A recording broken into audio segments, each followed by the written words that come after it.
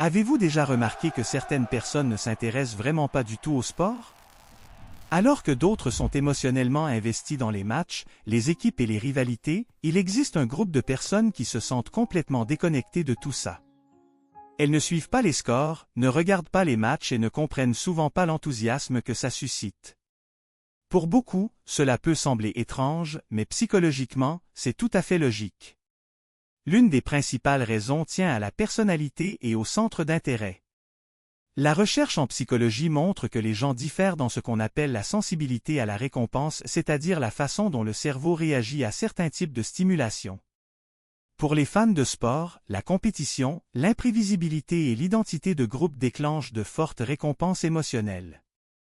Mais pour d'autres, ces mêmes éléments n'activent pas le même niveau d'intérêt. Leur cerveau ne perçoit tout simplement pas le sport comme quelque chose d'excitant ou de significatif.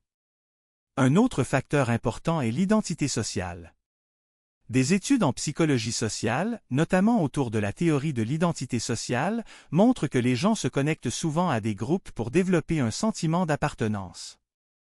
Les équipes sportives sont l'un des moyens les plus courants d'y parvenir. Soutenir une équipe crée une identité commune, un sentiment de nous contre eux. Mais tout le monde n'est pas fait pour chercher l'appartenance de cette façon. Certaines personnes construisent leur identité à travers des idées, la créativité ou des démarches individuelles plutôt que par l'affiliation à un groupe. Pour elles, être fan de sport peut sembler inutile, voire peu attrayant, car elles n'ont pas besoin d'une identité de groupe pour se sentir connectées. Il y a aussi le rôle de l'exposition précoce. Les recherches montrent de façon constante que de nombreux intérêts forts se développent durant l'enfance. Les personnes qui grandissent dans des environnements où le sport est valorisé sont plus susceptibles de développer des liens émotionnels avec lui. Mais si quelqu'un n'a pas été exposé au sport tôt dans sa vie, ou si celui-ci n'était pas valorisé dans son environnement, son cerveau ne construit jamais cette association. Ainsi, à l'âge adulte, ces personnes n'ont pas l'impression de manquer quelque chose. Une autre explication psychologique concerne les préférences cognitives. Certaines personnes sont naturellement attirées par des activités qui impliquent une analyse plus profonde, une réflexion à long terme ou une résolution créative de problèmes.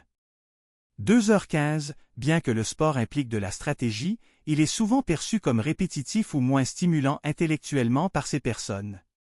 Des études sur les styles cognitifs suggèrent que ceux qui préfèrent la pensée abstraite se tournent davantage vers des domaines comme la science, la philosophie ou l'art. Cela ne signifie pas que le sport manque de complexité.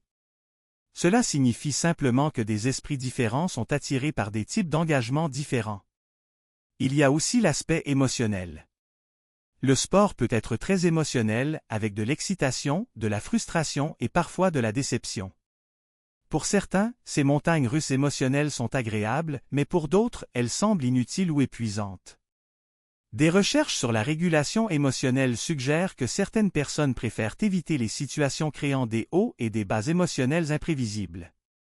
Ainsi, plutôt que de s'investir dans le sport, elles choisissent des activités plus stables ou gratifiantes intérieurement. Il est intéressant de noter que ne pas s'intéresser au sport peut également être lié à une façon de penser indépendante. Des études en psychologie de la personnalité montrent que les personnes moins influencées par les normes sociales sont plus susceptibles de s'écarter des intérêts largement partagés.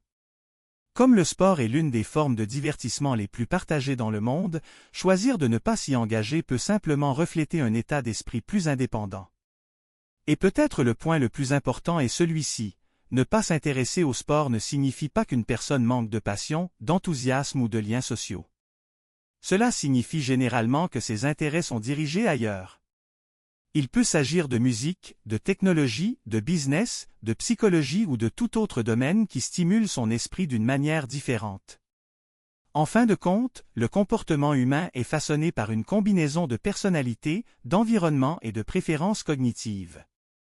Le sport n'est qu'une des nombreuses façons dont les gens choisissent de s'engager dans le monde, pas la seule. Merci d'avoir regardé jusqu'à la fin. Si vous avez aimé cette vidéo et souhaitez plus de contenu sur la psychologie et la compréhension du comportement humain, abonnez-vous pour ne pas manquer la prochaine.